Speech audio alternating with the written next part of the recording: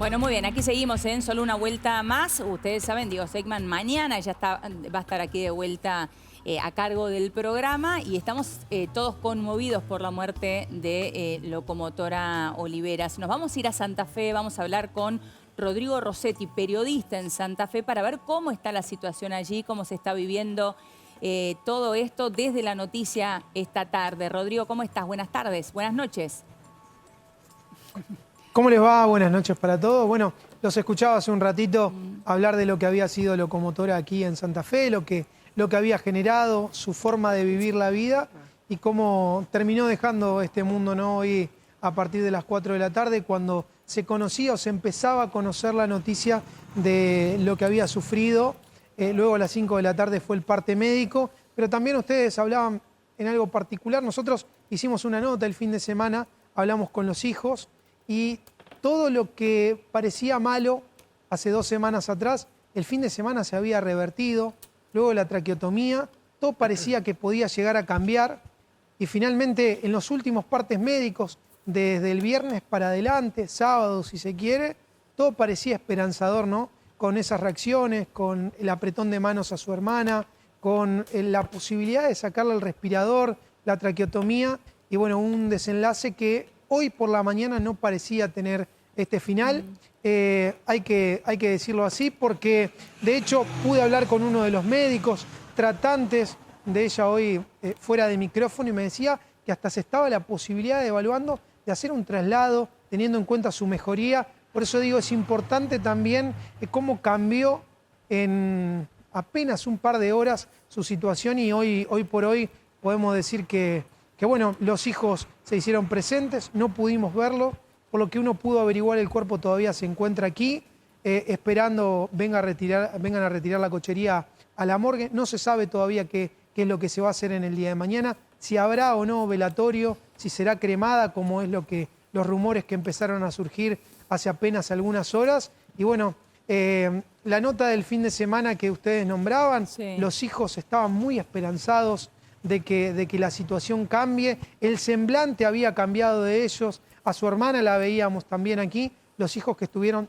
todos los días acompañándola, al igual que una de sus hermanas. Por eso digo, hasta días atrás, una semana, era una cosa. Y el fin de semana había cambiado todo. Por eso los hijos también eligieron hablar, eligieron TN también para poder compartir cómo se encontraban emocionalmente. Y bueno, uno pudo ahí desglosar algunas cosas. Ella se encontraba muy feliz por ser constituyente en una nueva etapa de su vida, teniendo en cuenta que empezaba a incursionar en la política. Y después, bueno, lo que ocurrió ese mismo día, 7 de la mañana, que como conté hoy, fue su hijo Alexis quien la encontró, teniendo en cuenta que ella se tenía que levantar más temprano, siempre se levantaba entre las 5 y las 6. El hijo notó que no respondía a los llamados, golpeó la puerta, la abrió y la encontró su mamá tirada a un costado de la cama boca abajo y fue él quien reaccionó rápido para que ella pueda ir al SAMCO de Santo Tomé después del llamado al 107 y sea trasladada para aquí. Y estas 2 semanas que, como dije, la primera y la segunda fueron complicadas, pero los últimos días parecía que todo se revertía. Bueno, Rodrigo, queríamos saber cómo estaba la situación en Santa Fe. Sabemos que hay 72 horas de duelo. Gracias por esto y vamos a volver a molestarte más adelante. Muchas gracias. Ningún problema, a disposición. Hasta luego. Rodrigo Rossetti, allí periodista entonces en Santa Fe, hablando de Locomotora. Bueno, aquí estamos en Solo una vuelta más, por supuesto con el equipo de siempre. Está Gustavo Bazán, está Gonza Cis, Lu Vázquez, ¿cómo va? Está con nosotros Iván Ordóñez, economista, amigo. ¿Cómo va, Ivo? ¿Cómo estás? ¿Todo bien? Todo bien. Bueno, me alegro mucho. Fernando Iglesias, presidente de la Comisión de Relaciones Exteriores. ¿Cómo anda, Fernando? Muy bien, Eleonora, ¿cómo estás? Bien, muy bien. Un placer tenerte aquí. Está con nosotros también Lara Goiburu, directora de Management and Fit y analista política. Lara, bienvenida. Gracias, buenas noches. Un placer tenerte aquí. David Miazo, también economista, especialista en agro. ¿Cómo va, David? Muy buenas noches, un gusto estar acá con ustedes. Bueno, un placer enorme. Bueno, a ver, tenemos muchísimos temas en el programa del día de hoy. Vamos a meternos con lo que nosotros llamamos el cordobazo. ¿Por qué? Porque el gobernador de la provincia de Córdoba, Martín Yarlora, decidió subir, escuchen bien, las jubilaciones un 84%. Pasan de 380.000 a 700.000 pesos las jubilaciones de todos los cordobeses y además se le va a otorgar un bono bimestral, en este caso, de 100.000 pesos. El cordobazo previsional, así lo llamamos. Todo esto, Gonza, tiene que ver con una discusión que venía con Nación que terminó saldándose en la Corte Suprema. En la Corte Suprema, en una semana muy especial además, porque el viernes, o el fin de semana mejor dicho, se vence el plazo que tiene el Poder Ejecutivo para decidir si veta o no veta, entre otras cosas, el aumento jubilatorio del 7,2%, votado en el Senado hace 2 semanas, y la reapertura de la moratoria previsional, con lo cual no deja de ser un hecho político. Te sumo algo más. Sí. En un año electoral en el cual la provincia de Córdoba juega una carta fuerte en octubre. Es una provincia muy particular porque se da algo muy significativo, y es el hecho de que las provinciales las gana el peronismo cordobés, las nacionales las ganó muy cómodamente en su momento Mauricio Macri, que fue presidente gracias a Córdoba. Gracias a Córdoba, claro. Y las ganó Javier Milei, que fue presidente gracias a Córdoba, con lo cual es un gesto político muy fuerte, te diría nacional, por parte de lo que a veces me gusta llamar la Cataluña argentina, Sí. que es Córdoba, una provincia de la cual sus habitantes son muy orgullosamente integrantes. Me gustó lo de la Cataluña argentina. Sí, es interesante. Ellos son la provincia del cuarteto, del Fernet, del peronismo cordobés, Sí. que no es lo mismo del peronismo nacional. Y están jugando una carta fuerte, Leo, porque una carta fuerte que diferencia al gobernador del presidente en una provincia donde el presidente mide bien, con un proyecto vetado o Claro. a vetar por el presidente, que además, déjame cerrarte con esto, toca una fibra muy especial para los argentinos, que es cómo viven nuestros adultos mayores. Claro, bueno, que ahora lo vamos a pegar también con la decisión del gobierno de bajarle las retenciones al campo. Lo vamos a hablar con David e Iván, pero primero preguntarte a vos, Lara. Me pareció interesante esto que marcaba Gonza de la Cataluña argentina, pero con una lectura política electoral también, ¿no? ¿Vos lo ves a esto como un desafío al gobierno nacional en el medio de un berenjenal por la decisión de los vetos al aumento de jubilados? Puede ser un desafío y también puede ser una provincia más mostrando y también respondiendo a esto que ha dicho el presidente desde que comenzó la gestión, ¿no? Bueno, a partir de ahora cada provincia tiene que hacerse cargo de su propia gestión y bueno, Córdoba ha tomado una decisión que puede hacerlo. Son diputados, perdón. Estos son jubilaciones provinciales. Provinciales, No exactamente. nacionales, con lo cual está tomando una decisión dentro de su propio territorio, respondiendo a algo que desde el gobierno nacional se manifestó desde un inicio y teniendo en cuenta que Córdoba es una provincia que hace muy poquito tiempo fue una de las primeras provincias que salió al mercado de capitales, que puso un bono y está empezando a tener una autonomía económica que de algún modo era lo que el gobierno nacional venía reclamándole a las provincias. Entonces puede ser un desafío porque va a tocar la fibra que tiene que ver con las jubilaciones y el cuidado con los adultos mayores, pero del otro lado lo que se puede mirar es, bueno, es una provincia que está respondiendo lo que el gobierno nacional había indicado desde un inicio. Cada provincia se tiene que hacer responsable de su caja, de cómo administra sus recursos, y ahí va Córdoba y lo hace. Gustavo. No, hoy el ministro de Economía de Córdoba recordaba que es una provincia que acumula 20 años consecutivos de superávit fiscal a nivel provincial. Estos fondos, hay un reclamo que es por 1 billón de pesos por el tema de la no compensación del gobierno nacional a las cajas provinciales. Un problema que arranca cuando se crean las AFJP, claro, y las cajas que no adhirieron al régimen de transferirle todo al ANSES merecían una compensación. Decían que se interrumpieron los flujos. O sea, perdón, esta es la compensación que le debe Nación a la provincia de Córdoba. Exacto. Y que se habían reducido los flujos y se habían interrumpido en el inicio de este gobierno, pero la Corte activó y ahora el gobierno nacional está girando los fondos. O sea, el flujo que financia esos aumentos de financiaciones es por un reclamo que llegó a la Corte Suprema y favoreció a Córdoba. Claro. Ahora, David Miazo es cordobés, así que lo vamos a aprovechar doblemente, claro, en este caso, porque además de economista especialista en cuestiones agropecuarias, sos cordobés. David, se ha escuchado mucho durante el fin de semana, después de la decisión del gobierno nacional de bajar las retenciones al campo, cosa que dijo en el acto inaugural, muchos que decían, bueno, ¿por qué decide bajarle las retenciones al campo y no subir las jubilaciones? Primero, preguntarte por esto, que a mi entender es una falacia, primero porque no es equivalente. Sí, son dos discusiones. Una discusión de ingresos, de alguna manera, y una discusión de gastos, que son dos cosas distintas. Primero, una discusión de ingresos. vos ahí tenés una decisión de corto plazo, que en el corto plazo tiene costo fiscal, bajar retenciones, Sí. y un efecto de mediano o largo plazo, incrementar o sacarle un poco del pie de arriba a la producción, que a la larga te genera más producción, más exportaciones. El agro representa el 80% de las divisas netas que ingresan al país de la cuenta corriente. Entonces creo que está jugando ese corto plazo del costo fiscal, que es durante los últimos 20 años lo que más ha pesado no perder esos recursos fiscales, versus un mediano o largo plazo de producción, que es lo que siempre queda rezagado. Claro. Ahora, Iván, te sumo también con esto que decía David. En el inicio del discurso que dio en el acto inaugural el sábado Nicolás Pino, dijo, desde 2002 a esta parte, hablando de las retenciones específicamente, el Estado se quedó con 200.000 millones de dólares y nunca supimos a dónde fueron. ¿Esto es así? Bueno, hay 200 regímenes especiales de jubilaciones, si no me equivoco. Es parte del desquicio de la administración del Estado. Entonces, obviamente, mucho del gasto público no está eficientizado y es todo gasto corriente que se va. Haciendo un poquito de historia, Sí. en 1984 Argentina y Brasil producían exacto la misma cantidad de toneladas de grano. Exacto, 39 millones de toneladas los dos países. Argentina y Brasil se parecen mucho en la década de los 80, es para ambos países la década perdida. En los 90, Argentina y Brasil los dos empiezan a crecer y no se distancian tanto.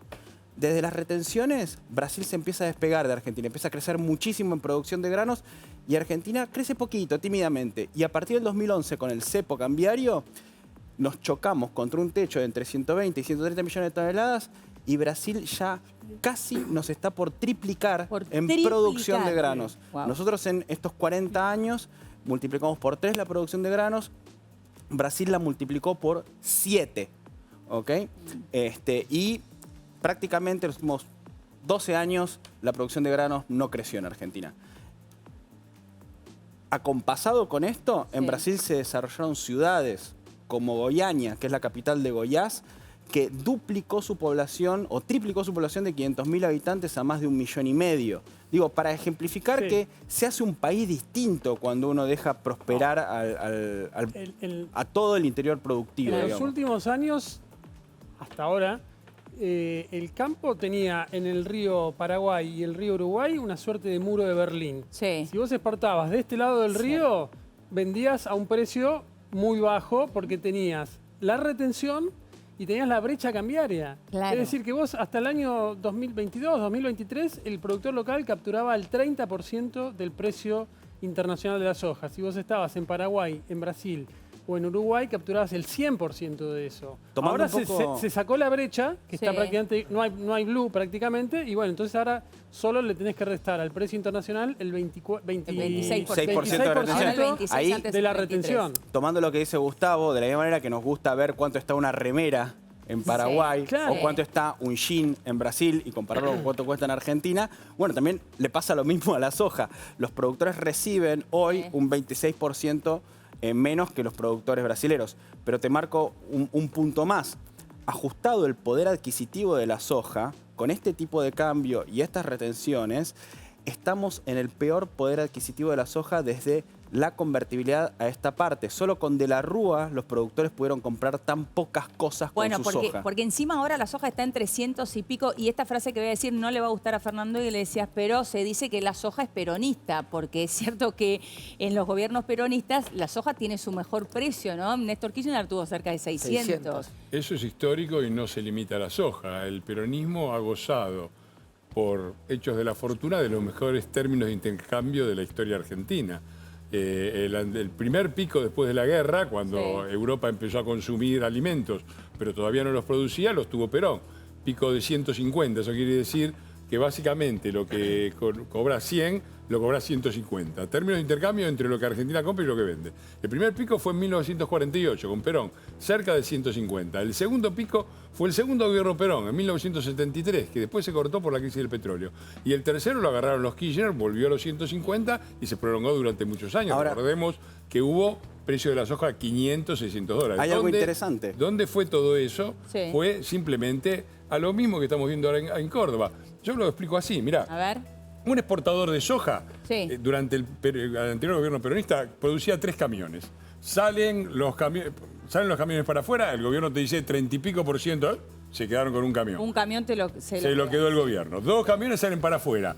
Cepo cambiario, te pago la mitad de lo que valen dólares. Otro camión para el gobierno. Con el camión que le quedó al productor, de los 3 que hizo, tiene que pagar los impuestos, los salarios, la producción, la siembra del otro. ¿Ganó algo? 35%. Digo, si alguien piensa que un país puede funcionar así, ha tenido la demostración con el anterior gobierno. Y a mí me parece, yo le deseo, me alegro por los jubilados cordobeses, le deseo mucha suerte al gobernador Yarlora, pero los días más felices siempre fueron peronistas, los días más infelices también, porque los dos grandes ajustes, los mayores ajustes al bolsillo de los argentinos no han venido por siniestros planes neoliberales. Han sido el Rodrigazo peronista, la hiperinflación, primero radical, después peronista, porque fue primero Alfonsín, después fue Menem, y el dualdazo, en el cual le metieron de 0%, llevaron la inflación al 42%, le dieron 2% a los jubilados y 2% a los trabajadores. Ahora, Así Fernando, que buena suerte y ojalá que les vaya bien. Fernando, si Córdoba es una provincia que tiene 20 años de superávit, ¿no tiene sentido que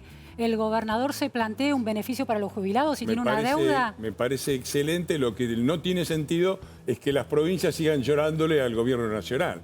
Porque siempre pasa lo mismo en Argentina. Las provincias están bien, el gobierno nacional vuela por los aires. Pasó con De la Rúa. Todo el mundo se acuerda del Corralito, pero antes del Corralito tuvimos el Patacón, las LECOPS.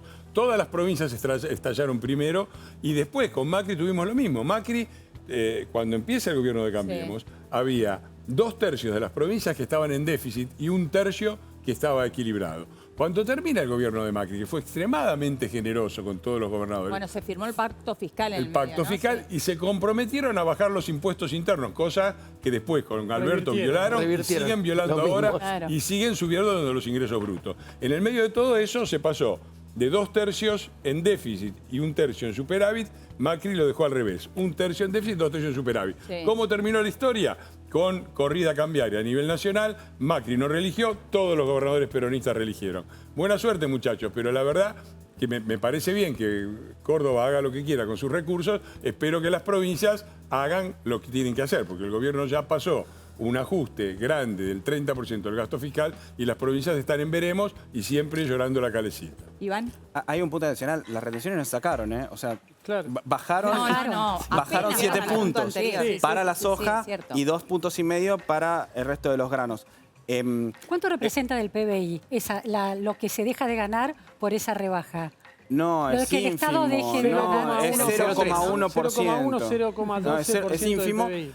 Y las En lo que queda de este año. En Estamos lo que hablando, queda ¿no? este Sí, año. Los 600 600 millones de dólares, Exacto. ¿puedo sumar? Los Sí, 600 claro. millones de dólares que quedan de este año de estimación de costo fiscal es el 0,1. Igual- De todo el año es cerca del 0,3. Igual es, Ok. primero que es dinámico y segundo Sí. que es en pesos. O sea, depende Es dinámico por la fluctuación del precio del de la precio soja, y por la supuesto. fluctuación del tipo de No, cambio. pero además Claro. es razonable pensar que se va a recuperar en forma relativamente rápida con un aumento de la producción, porque si vos decís Brasil, que está igual que nosotros, hoy produce 3 veces más, Sí. es razonable pensar que el aumento de la producción va a compensar. Las Bueno, pero ahí se me parece pierde. que hay una pregunta política importante, ¿no? Porque la idea de un círculo virtuoso que es bajamos las retenciones o tendemos a cero cada vez más en relación a las retenciones, va a volver en productividad, en mayor inversión dentro del campo argentino, eso va a generar empleo, van a generar divisas para el país, etcétera, etcétera. O sea, ahora, ¿cuánto tarda ese círculo virtuoso en ponerse en marcha y dar resultados? Es una cuestión Muy política poco, te digo, ¿eh? importante. Bueno, En por el eso es una campo, muy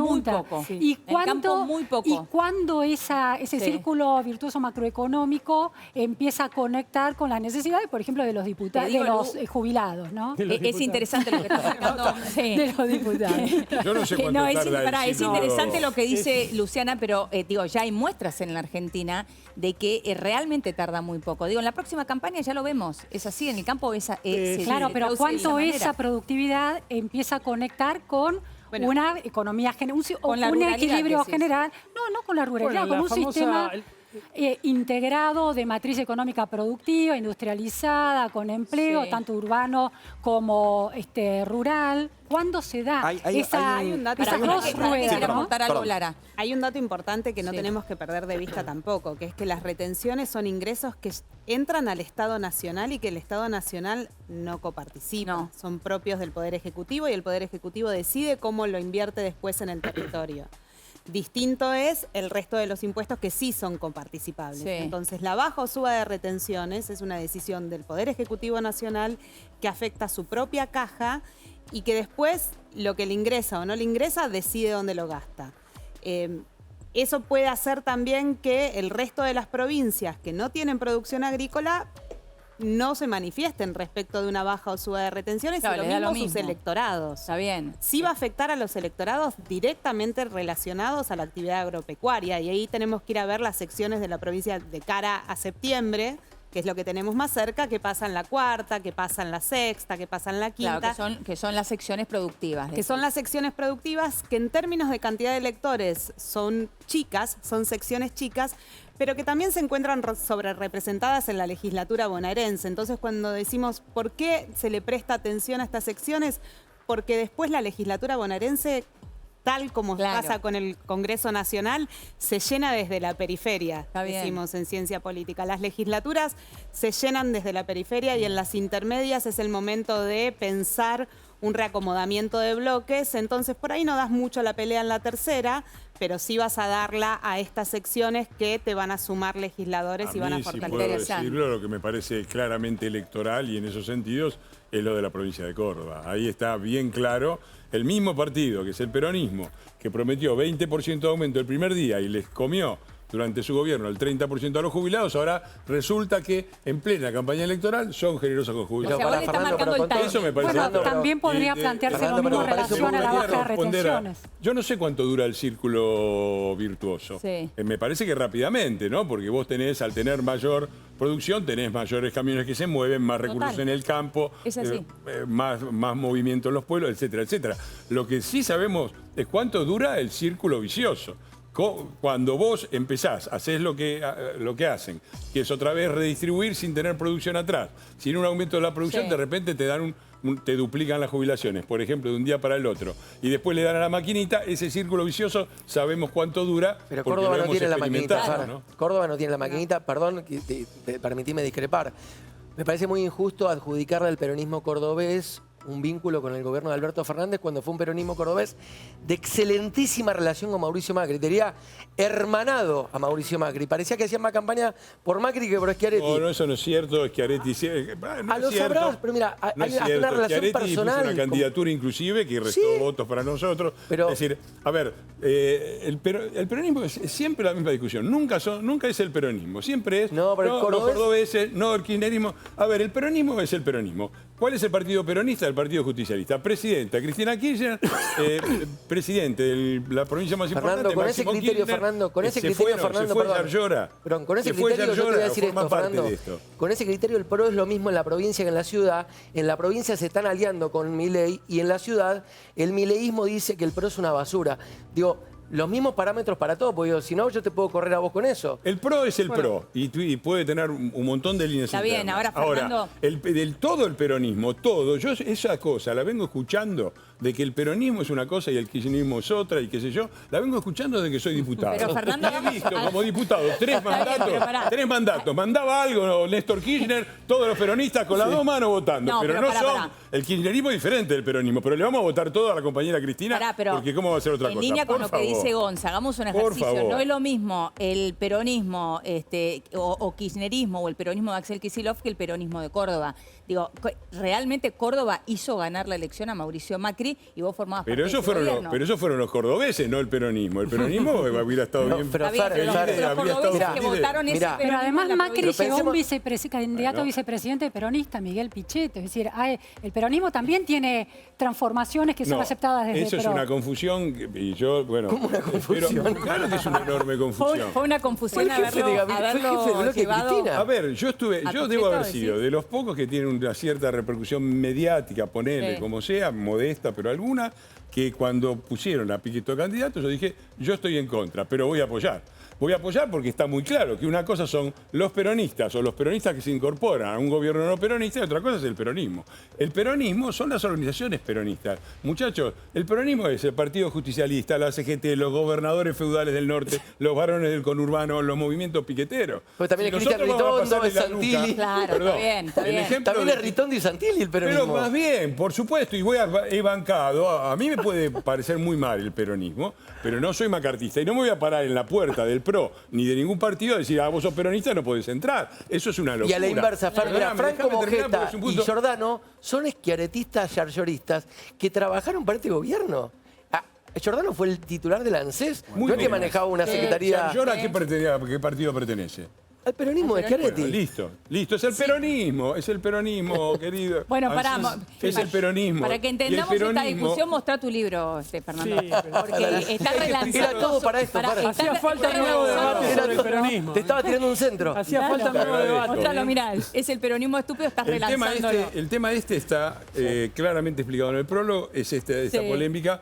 Yo no soy un macartista, ni creo que haya... Yo creo que hay pocos gestos mayores de crítica Sí. del peronismo que la gente que se va del peronismo y se va a otro lado. Porque claramente dicen, acá no va nada.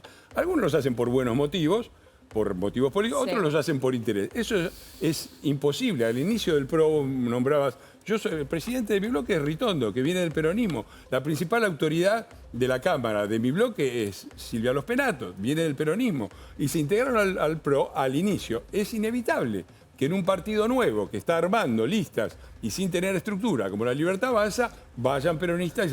Me dicen, Santiago Pareja es peronista, pero él fue funcionario Sebastián. nuestro. Era hombre de Monzó. Y el Que es armaba- peronista. Y el que armaba las Y que listas fue en la parte provincia de del Buenos PRO, pues, al Aires, final es todo. el que armaba nuestra lista en la provincia de Buenos Aires era Monzó y después fue presidente de la Cámara de Claro. Diputados. Como decía el general, somos todos peronistas. No, ese es Decile es eso. Es un algo- chiste, es un Bueno, chiste. pero es muy bueno el chiste, porque si todo es peronismo, bueno el nada es chiste. peronismo. Lo que es peronismo Sí. es el peronismo. El Partido Justicialista, la CGT, los empresarios que cazan en el zoológico, todos esos, este gobierno los está liquidando. Y cuando vos ves la política, la verdad, ir a fijarte quién es el segundo concejal de La Matanza, me parece que es ridículo. Porque todas esas organizaciones han perdido poder y lo siguen Fernando, podiendo perder. déjame Incluida escucharla la parte económica. a Lara, en esto que es analista política, a ver si compartís esta visión. Es decir, el peronismo cordobés, ¿es lo mismo que el peronismo en la provincia de Buenos Aires? No. No es lo mismo. No es lo mismo. Pueden ser lo mismo en términos de un pasado compartido. ¿Sí? De una bandera a la que Sí. agarrarse, de una historia compartida. Pero después, y no es lo mismo tampoco la UCR en todo el país. Claro. La UCR de Formosa no tiene nada que ver con la UCR de Tierra del Fuego. Y algo de eso le ha pasado al PRO también, darse cuenta que llegar a territorios, encontrarse con otras idiosincrasias.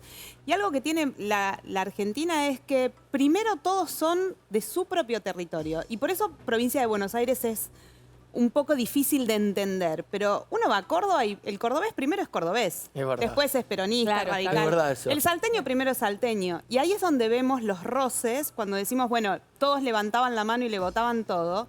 Detrás de ese levantar la mano y votarle todo, siempre había algo para la provincia. Nadie levantaba la mano sin algo para la provincia. Un puente, una obra, un plan de viviendas, lo que sea.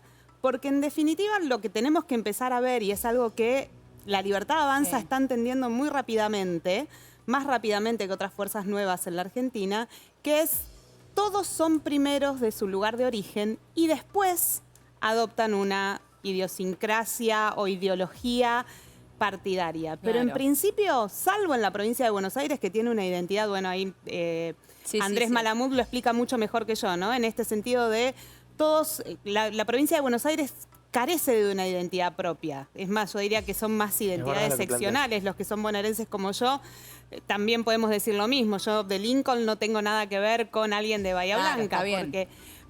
Pero salvo la provincia de Buenos Aires, en el resto del país es una mística los partidos nacionales. Inclusive en su performance electoral tampoco han logrado nacionalizarse los partidos. Lara, te pido un minutito, vamos a seguir, raro. por supuesto, discutiendo esto en la mesa, pero está en este minuto Jorge Locomotora Castro para hablar con nosotros, por supuesto, de la muerte de Locomotora y cómo nos impactó a todos esto en el día de hoy.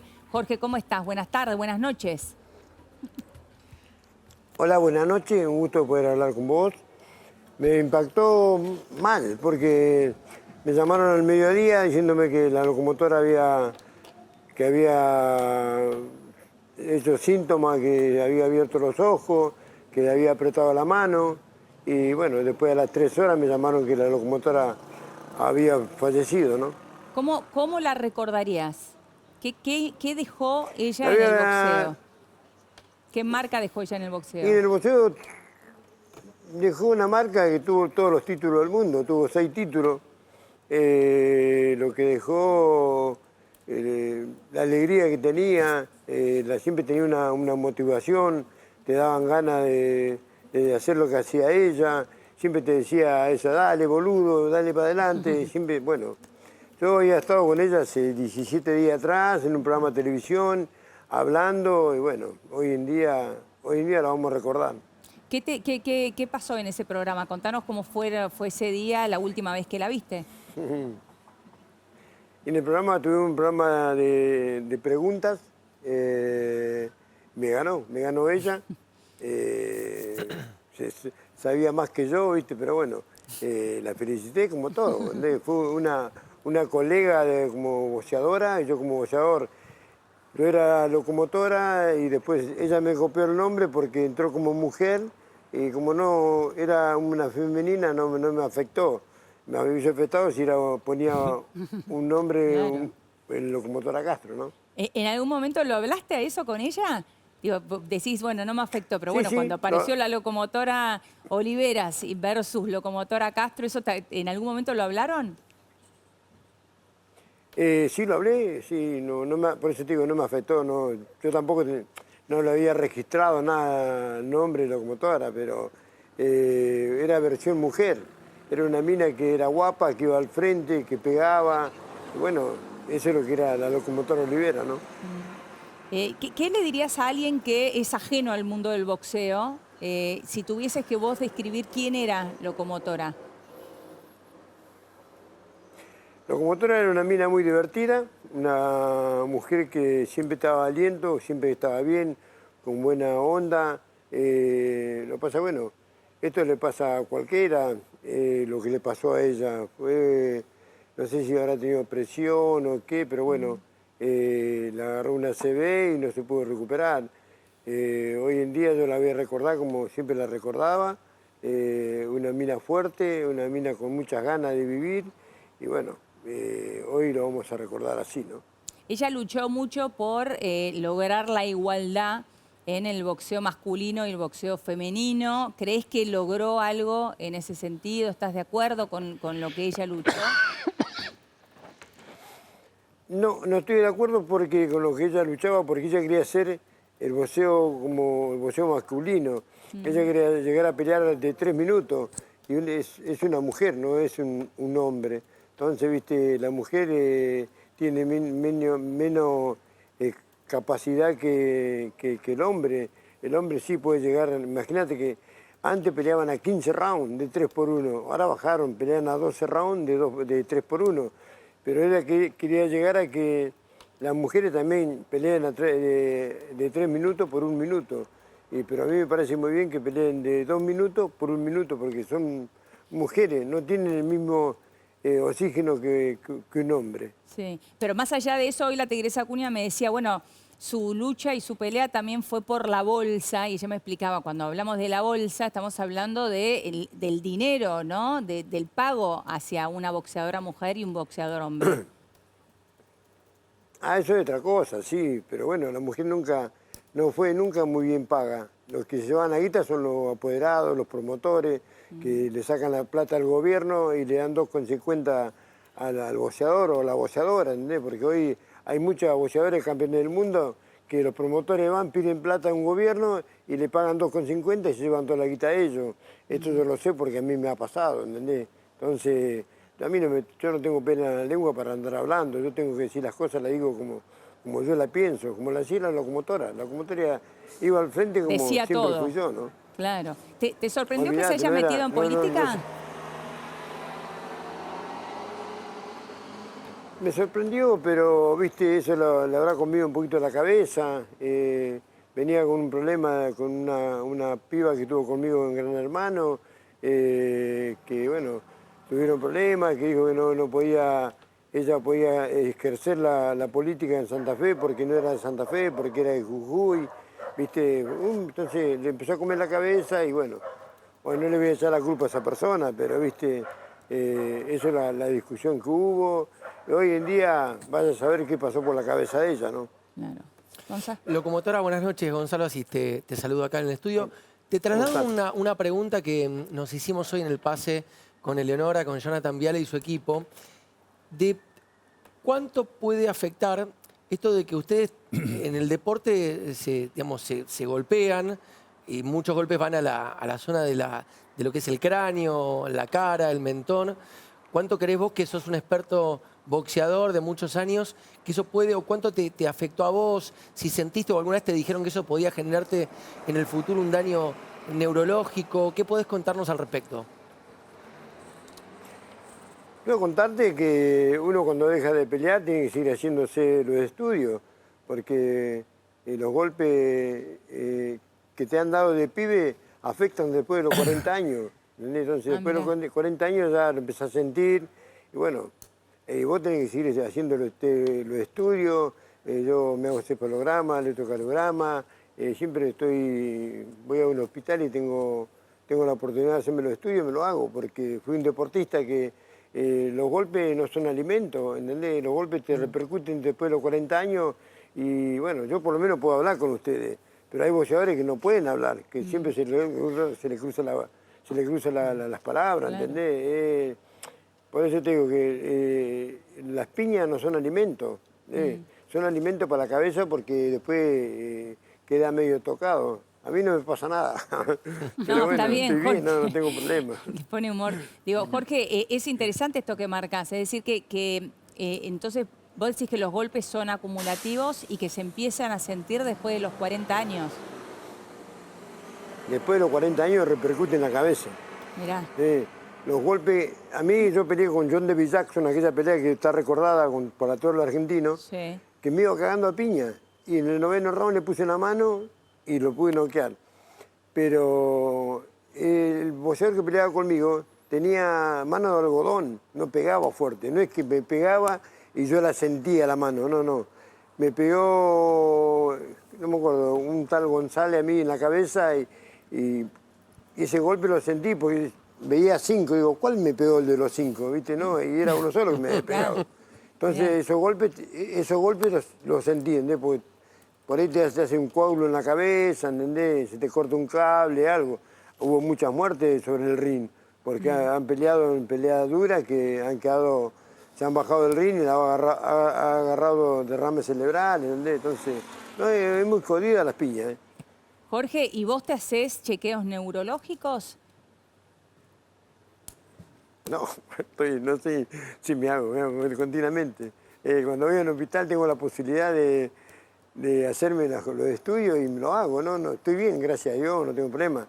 A mí me agarró diabetes a los 41 años, vengo por descendencia de mi vieja, pero mientras que yo practicaba, estaba en estado físico, me estaba lo más bien, pero una vez que dejé de entrenar y no entrené más, ya, viste, me empezó a subir el azúcar y bueno, me tengo que estar cuidando. Claro, eso por tu mamá nos estás contando, pero por las peleas, por los golpes, ¿te quedó alguna secuela? no. ¿Hay algún médico que te haya dicho, mira, sí, esta secuela te quedó de tanto golpe, de tanta piña? No, sí, la secuela me quedó este dedo, me lo quebré, mira, este abro bien y este me quebró mal. Este me lo quebré y seguí peleando. Yo no sabía que estaba quebrado, porque yo estaba infiltrado. Al estar infiltrado seguía peleando y mi dedo estaba quebrado. Claro. Y después se me soldó así. Este lo abro bien y este no lo abro nada. Pero bueno, es circunstancia de la vida que fui boxeador y bueno, yo para pelear me infiltraba la mano, porque yo pegaba más fuerte que mi mano. Entonces yo cuando pegaba, los huesos se me abrían. Claro. Entonces, por eso me infiltraba. Jorge, queríamos recordar a Locomotora y qué mejor manera de hacerlo con vos, así que muchas gracias por este tiempo. No, muchas gracias a usted, que déjame mandar mi pésame a la familia, ojalá que bueno, va a quedar el recuerdo de ella, de la alegría, de lo que fue, la campeona. Así que de allá, un gran saludo para la familia. Muchas gracias, muchísimas gracias. Jorge Locomotora Castro, recordando a Locomotora en el día de su fallecimiento. Vamos ahora a hablar de uno de los temas del día, sin lugar a duda, que tiene que ver con la visita de la Secretaria de Seguridad de los Estados Unidos. Estamos hablando de Kristi Noem y esta novedad de que Argentina comenzó con el proceso para posibilitarle a todos los argentinos que podamos viajar a los Estados Unidos sin necesidad de tener una visa. Es un programa que se llama BWP, por sus siglas en inglés, Gonza, que contiene ciertos requisitos, ¿no? Es interesante esto. Otra vez me parece que tenemos que hablar de un hecho político, como hablábamos el caso de Córdoba. Reciprocidad, baja de rechazo de visas, pasaportes biométricos, documentación segura, controles fronterizos, alerta rápida de Interpol, revisión de pasajeros, repatriación de expulsados, algo muy típico de la gestión Trump, acuerdo de seguridad con Estados Unidos, aprobación final de Estados Unidos. Son los requisitos que la Argentina va a tener que demostrar de aquí a un plazo de semanas para ver si después Estados Unidos da el visto bueno o no. Claro. Siempre recordar algo.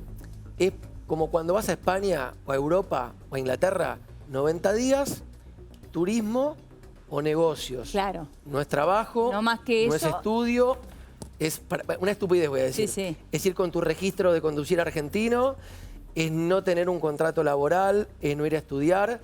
Y cuando digo negocio y preguntaba en Cancillería, me decían, mirá, tenés un amigo en Madrid o en Miami, querés invertir un mango en un local, fantástico. Después te volvés a tu casa en Buenos Aires. Son 90 días corridos. De ventana. Exacto, y no más que eso. Y me decían también algo muy interesante que creo que el gobierno lo busca destacar, es un caso ejemplificador de cuál es hoy el estatus de la relación de Milei y Donald Trump, mucho más allá de una cuestión interestatal. Bueno, muchos decían volvieron los 90, volvieron las relaciones carnales. Bueno, justamente un acuerdo similar a este rigió durante, creo que el segundo mandato de Menem. Y no 96. Sé si, por eso. Pero no Exacto. sé si se terminó con De la Rúa o en el 2002, me Con parece, De la Rúa. por el caos económico. Exactamente, fue exactamente por la crisis económica argentina que terminó. A ver, Fernando es presidente de la Comisión de Relaciones Exteriores. A ver, ¿cuán importante fue la visita del día de hoy de Kristi Noem? No, es importante porque esto es lo más visible, el tema de las visas, que es un punto positivo. Yo he sido siempre muy crítico del menemismo, pero ha tenido aspectos muy positivos que han sido la apertura al mundo, que no era solamente una apertura comercial, era una apertura también en los intercambios, en los flujos, en todo. Así que eso me parece muy bien, pero no fue solamente. El tema de seguridad es un tema que nos preocupa, creo a todos los argentinos, Claro. Y el Ministerio de Seguridad tiene una visión con respecto a esto que trasciende las fronteras nacionales, porque está muy bien, vos te tenés que ocupar de la seguridad en los barrios, tenés que poner el policía, el gendarme, el que te cuida, pero eso es de alguna manera también llegar tarde, porque cuando ya llegaste a ese nivel, Claro. quiere decir que atrás hay una organización criminal que es la que trafica con la droga, que es la que tiene su revendedor acá y una red que vos, si cortás la parte de abajo, es como cortar la cola de la lagartija, crece de nuevo. Entonces es muy importante la colaboración, se trataron temas también de intercambio de informaciones, que es la forma de combatir esto, y están en proyecto diferentes acciones, también a nivel de Mercosur, donde el gobierno está proponiendo y ha sido aceptado en la última reunión, crear una agencia contra el crimen organizado del Mercosur, para controlar la triple frontera, para tener a raya a las bandas, sobre todo, son muy grandes las organizaciones criminales brasileñas. Brasil tiene un índice de muertos por cantidad de habitantes similar al de México, por crímenes violentos, ¿no? Así que es una línea que ha trabajado permanentemente el Ministerio de Seguridad y esta visita se inscribe en esa lógica. Lo de las visas también es un punto positivo. Hoy la Secretaría de Seguridad habló y dijo, bueno, esto podría tardar cerca de un año. Claro. Digo, insistimos con esto que recién hoy lo que comenzó fue el inicio de un proceso. Y entre los requisitos que se están mirando en este proceso para ver si se otorga o no este beneficio a la Argentina, está también la tasa de rechazo que tiene cada país con respecto a las visas que otorga o no Estados Unidos. Tenemos una placa para compartir de cómo es el historial argentino, de esas tasas de rechazos de visas. Para que tengan una idea, en Sudamérica solamente Chile tiene este beneficio. Sí. Fíjense, este es el porcentaje de rechazo que tuvo Argentina en diferentes años. 2021, 2,31, en el 2022, un 3,66 y en el 2023 un 8,21. Hasta ahí tenemos, digo, está muy por encima del 3% que es lo recomendable, ¿no? Sí, vos sabés que es muy interesante lo que marcás, porque cuando te fijas quiénes quedan excluidos de este waiver, porque se llama waiver, waiver es hola en inglés, Claro. es como hacerlo, es saltar, ¿no? Es saltar, es como el famoso waiver del Fondo Monetario. Exacto, Bueno, es Visa Waiver Program. Este waiver excluye a cualquier persona que haya ido a Irán, a Corea del Norte, a Siria, a Libia, a Somalia, a Irak, a Yemen y a Cuba. Es decir, cualquier persona que se presente a querer viajar a Estados Unidos con este nuevo régimen, pero que tenga un sellito en el pasaporte de alguno de estos países, no va a recibir el waiver. Y otro dato interesante es lo que vos planteaste recién. La Argentina tiene, creo que son 5 semanas para presentar los papeles y después, como dijiste vos, hay un plazo de 1 año para verificar si lo que vos pusiste en la papeleta existe en la realidad. Claro. ¿O no? Claro. O sea que eso va a llevar su tiempo, decís. Va a llevar su tiempo. Sí, hoy me parece interesante compartir esto que hoy me contaban en Cancillería. Yo dije, ¿qué onda ahora? Resulta que Estados Unidos ve que la Argentina hizo un cambio cultural y no hay tanto argentino queriendo ir a vivir afuera. Mira, no tanto, es cierto, hay una idea de buscar que esta repatriación de argentinos. Que quieran volver. Pero lo que más marcaron hoy en este comentario que me hicieron es, hay una gestión en Estados Unidos repelente a cualquier persona que quiera ir a su país y hacer las cosas de manera ilegal. Con lo cual se produce una sincronía de procesos culturales que cambian un statu quo de un lado y del otro que beneficia este acuerdo. Claro. Bueno, esto lo traigo a la mesa también porque la secretaria de Seguridad de Estados Unidos, repasando un poco su historial, la llaman la casa migrantes. Sí. Digo, Es interesante. Es interesante ver cómo una persona que tiene esa línea hoy viene a Argentina, la vimos subida. No sé, quizás tenemos la imagen, no sé chicos si tenemos la imagen de la visita y cómo estuvo con Patricia Bullrich a caballo, estuvo visitando gendarmería, las dos subiéndose montadas a un caballo, comiendo un asado y demás. Mira, ahora la vamos a ver, pero esta fue parte de la reunión que mantuvieron en el día de hoy con Patricia Bullrich, con Gerardo Huertain también, y después la llevaron a hacer una visita con algunas costumbres argentinas, ¿no? Entre ellas Son pares, ¿no? Es la ministra, en definitiva. Claro, es cierto, exactamente. Ahí está, mírenla. Mírenla, Patricia Bullrich y ella, ¿no? Y Kristi Noem. Que uno la ve acá, pero bueno, evidentemente le dicen la casa migrantes y hay, no sé, más de 200.000 migrantes que expulsó en este último tiempo desde que asumió. Claro, sí, ¿no? Es una cifra que realmente marca un estilo, sin lugar a duda. Y hay una pregunta, ¿cómo se va a efectivizar esta decisión del gobierno de Estados Unidos de darle este beneficio a la Argentina? Porque en la práctica, con la política migratoria tan dura que está teniendo Estados Unidos, un caso testigo es Canadá. Los ciudadanos canadienses entran a Estados Unidos solo con pasaporte canadiense. O sea, no tienen que tener ni siquiera una visa, ni un waiver, ni nada. Y sin embargo, el turismo de Canadá a Estados Unidos ha caído el 10% porque empezó a haber una serie de denuncias de canadienses que ingresaban a Estados Unidos, eran deportados, se los encarcelaba con esposas, aún teniendo pasaporte canadiense y aún yendo de turistas por 2 semanas demostrando todos los alojamientos donde iban a estar. Entonces, esa tensión migratoria, la política migratoria de Estados Unidos, ni siquiera teniendo ese tipo de acuerdos de entrar con el propio pasaporte nacional, como el caso de los canadienses, garantiza que sea fluido y suave ese ingreso. Bueno, es ¿no? interesante lo que marcas, porque o sea que Canadá ni siquiera está en el programa BWP, no, Canadá que es el que con el intenta entrar a pasaporte. Argentina. No, es un programa muy superior. O sea, entra un canadiense con pasaporte canadiense, ingresa a Estados Unidos sin visa. Ahora, en los últimos meses, el gobierno de Estados Unidos pedía, no sé si es una declaración jurada donde uno ratifica que se va a quedar solo como turista por X tiempo. Pero eso no existía hasta hace unos meses. Se entra con pasaporte canadiense, pero está generando, hay muchos casos que se denuncian todo el tiempo y cayó, de hecho, el 10% del turismo de Canadá a Estados Unidos. Bueno, y otra de las cuestiones, hoy muchos decían, Lara, bueno, vuelven los 90, volvieron las relaciones carnales, ¿no? Porque es una una de las cuestiones. La sintonía que hay entre el gobierno de Javier Milei y la administración de Donald Trump es evidente, ¿no? Se ha visto mucho en este último tiempo. Pero son este tipo de señales las que marcan esto. Esto que dijo en algún momento Guido Di Tella, ¿no? En las relaciones carnales. Hay dos cosas que me parece interesante rescatar. La primera es estas ideas de aspiracional, ¿no? Creo que el gobierno de la Libertad Avanza tiene muy claro cuál es el aspiracional de la sociedad argentina. Entonces, cuando se dio la liberalización para la compra de dólares, del otro lado se decía, bueno, no todo el mundo puede comprar dólares, pero ahí hay un aspiracional y lo veíamos nosotras en los números cuando 6 de cada 10 decían, esto es buenísimo, favorece la economía argentina. Probablemente de esos 6 de cada 10 hubiera 4 que no podían acceder a la compra de dólares, pero hay un aspiracional de si quiero, puedo. Claro. ¿Sí? Entonces, la posibilidad está. La posibilidad está. Y pasa lo mismo con la visa. Bueno, ¿cuántos van a poder viajar habitualmente? Y la verdad que no muchos, pero hay un aspiracional de si yo quiero viajar a los Estados Unidos, no tengo la puerta cerrada. Y por el otro lado, vos mencionabas esto de se la llama la casa migrantes. Bueno, en los relevamientos que hicimos en la Argentina cuando se endurecieron las medidas migratorias en la Argentina, 7 de cada 10 argentinos estaban de acuerdo con ese endurecimiento. Claro. Entonces, hay ahí una cuestión. ¿7 de cada 10? 7 de cada 10 argentinos estaban de acuerdo con el endurecimiento de las medidas migratorias.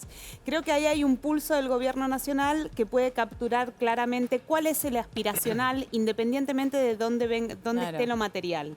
Ahora, este aspiracional que viene está marcando Lara, y aquí le pregunto a David, a Iván y a Gustavo, los 3 economistas en este caso, tiene que ver también con las dos Argentinas que hoy conviven, ¿no? Por un lado, los argentinos que sí pueden viajar, los argentinos que sí deciden comprar afuera, y por otro lado, los argentinos que no les alcanza, ¿no? La cúspide de la pirámide socioeconómica. El viernes salió un informe del Banco Central.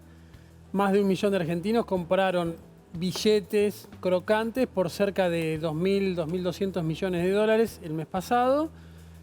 Y hubo otros 2.000 millones de dólares de gente que invirtió en activos dolarizados. Una parte de esa, paradójicamente, me parece que puede ser el productor rural, por ejemplo, el exportador que está obligado a vender su cosecha, a liquidarla, digamos, en pesos, y con esos pesos se da vuelta y compra dólares porque siente que está más seguro, digamos, en dolarizado, y además porque cree que también, como muchos, que el dólar está barato. Entonces ahí también tenés un fenómeno, pero sí, es verdad, estamos hablando del 30% de la población, que es la que mueve el consumo de bienes durables, el que compra dólares, el que viaja al exterior, y que va a estar más cómodo tal vez si puede viajar sin tener que solicitar la visa, que sale creo que $240, me parece, ¿no? O algo así. El trámite de $240 sale. Me parece, pero bueno, barato, nada, es un detalle. Me parece que es un creo que aumentó en poco estos más días, barato. por eso. Y el Waiver va a costar, creo que en el caso de la 12, producción ¿no? agrícola, 21. Sí, Iván. En el caso de la producción agrícola, vos pensás que junio de este año fue el mes en el cual mayor liquidación de granos hubo en la historia de Argentina. 23 millones de toneladas en un solo mes. Obviamente, lo que veían los productores era que se reponían las retenciones, que ahora volvieron a bajar. Bueno, Pues esa suerte de Entonces, puerta La igual, ventana, ¿no? la ventana que le abrieron para liquidar. fue un embudo, obviamente hay todas cuestiones muy técnicas para explicar, por ahí aburridas para la audiencia, pero uno decide liquidar y recibe el pago en pesos 7 días después. La exportadora está obligada a entrar los dólares 15 días después. Entonces todos los movimientos que hubo, digamos, el río de revuelto que hubo de cotizaciones, por ahí resultó en un perjuicio para algunos productores si no liquidaron en el tiempo correcto, etc. Correcto. Obviamente esta sobreliquidación, haber liquidado la mayor cantidad de granos en un mes en la historia, va a mermar un poco las liquidaciones de los meses siguientes. Claro. Porque el productor ya cubrió su necesidad de Claro, gastos. ya adelantó. Ya adelantó los granos que iba a liquidar después. Esta rebaja, Entonces, si bien tiene un impacto económico directo, por supuesto, es una señal para la siembra que empieza, para el proceso de siembra que arranca ahora pensando en la cosecha Hay del algo año que que viene. me La gustaría cosecha destacar gruesa ahí. decís de septiembre a octubre, ¿no? Cuando toque cada grano, sí. Sí, Estos 7 puntos de retenciones que se le devolvieron al productor redundan en una duplicación de la utilidad. O sea, la utilidad de la siembra agrícola estaba en alrededor de menos $80 por hectárea. O sea, el productor, si sembraba, perdía $80 por hectárea. Sí. ¿De acuerdo? Gracias a esto, el productor ahora va a perder $40 por hectárea. ¿ok? O sea, la mitad. La mitad de lo que perdía. La mitad de lo que perdía. Sí, tenés Correcto. que estar muy en la zona núcleo para salir hecho o con alguna Claro, hay un utilidad. estudio muy bueno hecho por la Asociación CREA de productores, Correcto. emprendedores e ingenieros agrónomos que explica que solamente el 20% del área agrícola argentina, con estos precios internacionales, con este tipo de cambio y con estos niveles de retenciones, da rentabilidad positiva. Solo el 20%. Claro, el 80% restante da rentabilidad negativa, principalmente por el costo de los fletes, Sí. que en Argentina son mayoritariamente en camión, y obviamente mientras más te alejas de los Del puertos puerto. o de los centros Sí. de acopio y procesamiento, más costos tenés. Entonces, Claro. particularmente en el norte del país, la situación es acuciante, ¿no? Por En eso ese es muy sentido. difícil cuando uno habla del campo como un todo. No existe, yo creo que no existe tal cosa, ¿no, David? Digo, hay muchos campos en una Argentina muy extensa y muy variable, sobre todo también por esta distancia que marcaba Iván del norte al puerto, por ejemplo. Sí, tal cual. Muy variable en términos de clima, de productividad de la tierra y del efecto de fletes. Yo soy de Río Cuarto. Claro. No nos tenemos que ir a Salta para ver este impacto. De cada 4 camiones de maíz que mandás, uno es el costo del flete, Sí. el 25% de lo que se traslada. Y de ahí estamos hablando de 600 kilómetros. Imagínate, arriba de 1000 kilómetros, Santiago del Estero, Claro. Salta, Y etc. cuando hablamos de flete, hay dos variables que hay que seguir muy de cerca. Obviamente, una es el costo del combustible. El gasoil se triplicó en valor en un año y medio. Estaba en 35 centavos de dólar el litro. Hoy está en alrededor de 1,10. Piensen que la soja, el maíz, etcétera, tuvieron un precio relativamente estable en dólares, mientras el principal costo de flete de la economía de los agronegocios casi se triplicó. Unido al costo de combustibles, tenés el rigidísimo mercado laboral argentino con convenios muchas veces que imposibilitan la flexibilidad necesaria Claro, para que esto impracticable, funcione, digamos, ¿no? totalmente. Iván, ¿y el estado de las rutas cuánto impacta en el costo del flete? ¿Está medido eso? Bueno, obviamente lo que termina pasando en un mercado sobreofertado en camiones y en maquinaria agrícola es que muchos oferentes del servicio de cosecha o de transporte de logística lo que hacen es comerse su capital porque Sí. están en competencia permanente por la tarifa. Entonces, para ganarle el flete al competidor, se la pueden llegar a bajar un poco ellos mismos y se van comiendo el capital. Claro. Rutas malas te aceleran comerte más el capital. Bueno, es otra de las discusiones que se vienen con los gobernadores. Ahora quiero que hablemos también de los vetos y de lo que se viene, Gonza, pero antes preguntarle a David con respecto a esta baja de retenciones. Muchos se preguntaban, bueno, ¿qué va a pasar ahora con el precio de la carne? ¿Qué va a pasar con el precio del pollo? Porque también hubo baja en el precio de la carne aviar y en la carne de vaca, ¿no, novillo? Sí, no va a pasar nada con el precio de las carnes, principalmente porque el cambio es muy marginal. Estamos hablando, por ejemplo, de carne congelada, que por ejemplo lo que puede ir a China, bajó de 6,75 a 5, digamos, 1,75 sobre un 30% de la producción que se exporta. En realidad, parte de eso es carne enfriada, que ya estaba Claro. en el 3,25, o sea que los movimientos son muy marginales, así que no esperaríamos ningún impacto en los precios por ese lado. En la Y carne aviar tampoco. en la carne aviar tampoco. De carne aviar se exporta solamente el 10%. Parte de las exportaciones son cosas como las garras que no se consumen acá. Entonces tampoco esperaríamos ningún impacto en los precios por ese lado. Hablaba... Y además, perdón, sí. siempre en toda esta discusión de retenciones, que por ahí se ve más un poquito en trigo, en maíz, si hubiere algún impacto, que en este caso lo descarto, es por única vez. Claro. Versus la inflación, que es algo crónico, ¿no? Si hay algún impacto, es la vez que se acomodan los derechos de exportación y nunca más. Sí, No, Fernando. una anécdota. En el año 2008, creo, yo era diputado de la coalición cívica y fuimos con Elisa Carrió, tuvo una entrevista con Tabaré Vázquez, la hicieron pasar y a entretenernos a los diputados que la habíamos acompañado, vino el vicepresidente. Nos explicó la política sobre la carne que sigue Uruguay. Decía, los cortes que consumen los uruguayos son en general muy diferentes a los que se exportan. Por lo tanto, nosotros preferimos que aumente la exportación porque nos va a bajar el precio de la carne interno, porque al haber más producción, el precio cae. Eso 2008. Argentina llegó a exportar menos carne que Paraguay. Bueno, y que Paraguay, con todo respeto año para el Paraguay. campo del 2008, ¿no? Bueno, el Bueno. desastre que hicieron. Sí. Bueno, entonces está claro que la salida es un país que sea competitivo y que exporte sus mejores producciones, y eso no solamente no va a subir el precio, sino que va a tender a abaratarlo. Le voy a tirar un centro a Fernando, pero este fin de semana el ideólogo de todas esas políticas se mostró en un acto partidario con Máximo Kirchner. Bueno, Guillermo Moreno. perdón, ¿no? Bueno. Me tiraste un centro a mí también, porque Bueno, Guillermo Moreno es el mejor ministro de Agricultura de Uruguay de la historia. Por supuesto. Antes de las retenciones y Claro, las de Uruguay prohibiciones. de la historia, está muy bien. Antes de las retenciones, de las prohibición de exportaciones, etcétera, Uruguay producía menos de 1.100.000 hectáreas de granos. Después de eso, se dio la emigración masiva de productores agrícolas argentinos al Uruguay y ahora están produciendo alrededor de 3 millones y pico de hectáreas.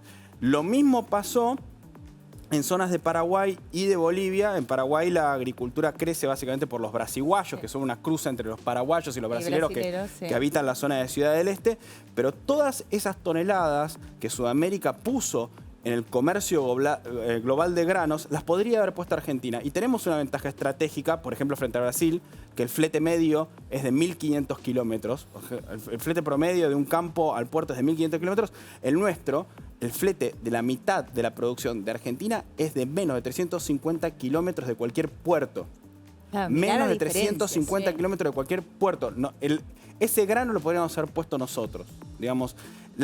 Y el hecho de que nos hayamos perdido esa oportunidad de crecimiento no es algo que está escrito en piedra y no lo podemos corregir. Somos muy competitivos y si volvemos un esquema de cero de retenciones, de apertura al comercio, de un tipo de cambio competitivo, claramente podemos recuperar esas toneladas. Es algo que en CIPEC vamos a estar estudiando, vamos a sacar un documento al respecto. Bien, Gonza, a ver, últimos días para que el gobierno avance con los vetos. Dos datos de cierre, sí, hay mucha atención por parte del gobierno en mirar los votos que necesita la Cámara de Diputados. Son 87 que requiere frenar la eventual embestida del peronismo para poder sostener las leyes que se aprobaron. 33 de los 35 diputados del PRO votaron con el gobierno en su momento, 6 radicales de la Liga del Interior, 2 santafesinos de Futuro y Libertad, 3 del MID y después hay que ir a cazar 6 votos radicales y buscar que los que se ausentaron en ese momento, que son Falcón y Sago, que son del MID, y Campero y Arjol de la Liga del Interior, vayan a votar.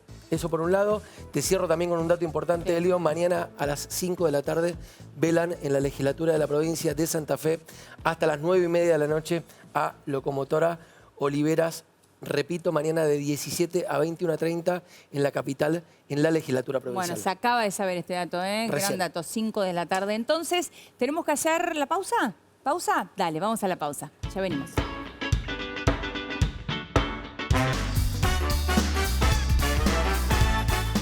Bueno, muy bien, hasta aquí hemos llegado. Muchas gracias, Gonzalo. Un placer. Gracias por venir. Gracias, un placer. Un placer, Lu. Bueno, muchas gracias a ustedes. Mañana, solo una vuelta más, por supuesto, con Diego Seigman. Gracias por estar ahí. Los dejamos con TN de noche, Darío Lopreite y un gran equipo. Chau.